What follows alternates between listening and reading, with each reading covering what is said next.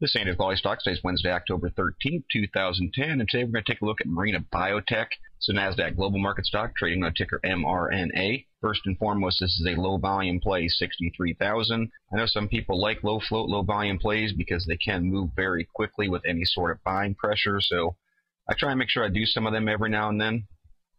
I did check the share structure on this. There's about 23 million shares in the float. So this has the potential to pick up much more volume than it has going on a regular basis. Just to look at a one-year chart, see a pretty solid downtrend coming through there. But what I do see is a possibility of a reversal here. I know the candles are kind of small because I scaled it back to a one-year chart because I wanted to show this historic resistance level right in through here. See, it had a tough time with it there. Couldn't even make it past the 50-day to challenge it again. It was a pretty good support level right through here, and this was all the way back in December of last year, so that does come into play in the long term. On a small scale, that's a bullish Harami. That's been confirmed. Not the most reliable of patterns in the world. It carries a low reliability, but it is a two-candle reversal pattern nonetheless. What I'm seeing, though, is uptrends happening with the MACD and the PPO. It's like we're getting ready to see bullish crosses with both of them as the histograms are getting ready to break through zero. It's coming off of a kind of an offset pinch, but now it's in what we'll refer to as an ADX play. The ADX is split into positive and negative DIs. It's still down relatively low in a trading pattern. Has the ability to make a much stronger move, but the positive and negative DIs are in a pretty decent position for us to try and make a move to the upside. See, it got some buying pressure, shot this 7 through the 14 and 21. So we're going to look for them to try and follow along. Again, break over 50 is the long-term goal. One thing that I do like about this chart is see the accumulation distribution has been flatlined for 6-7 months. But the Chaikin money flow has a pretty nice uptrend to it. See, coming off this big bottom, selling pressure was obviously just massive. Little by little, it's been working its way back more towards even. And right now, buying pressure is actually overcoming selling pressure. So I like to see that in these two indicators. You can verify one with the other.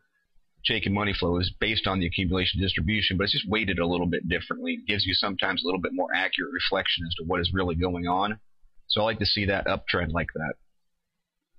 CCI just now breaking through negative 100. That has a nice look to it. Full stow coming off the bottom. We always talk about the first sign of any real positive momentum is the break through 20. See weak stock trading down here under 50. Strong stocks will be trading up here over 50.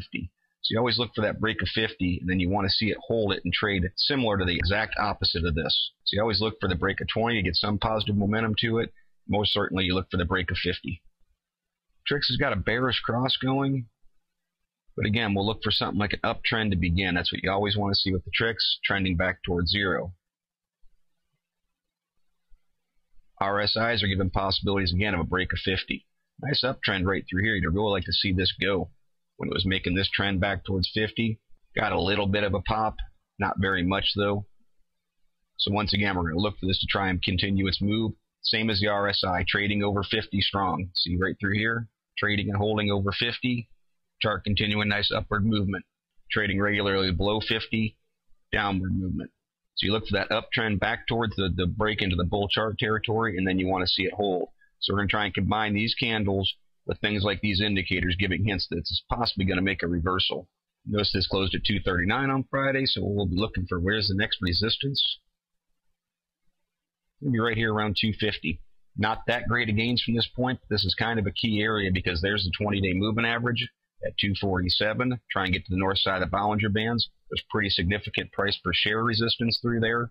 And the 50-day is not too far behind it at 260. So if this is going to indeed make a true bottom, it's going to have to move back above that resistance. And then even if it wants to settle back down and spend a little bit of time trying to challenge this 50-day, you want to see it hold this 250 area as a new area of support. You want to see it break through this trend line, which isn't the strongest trend line in the world. It is just a basic trend line.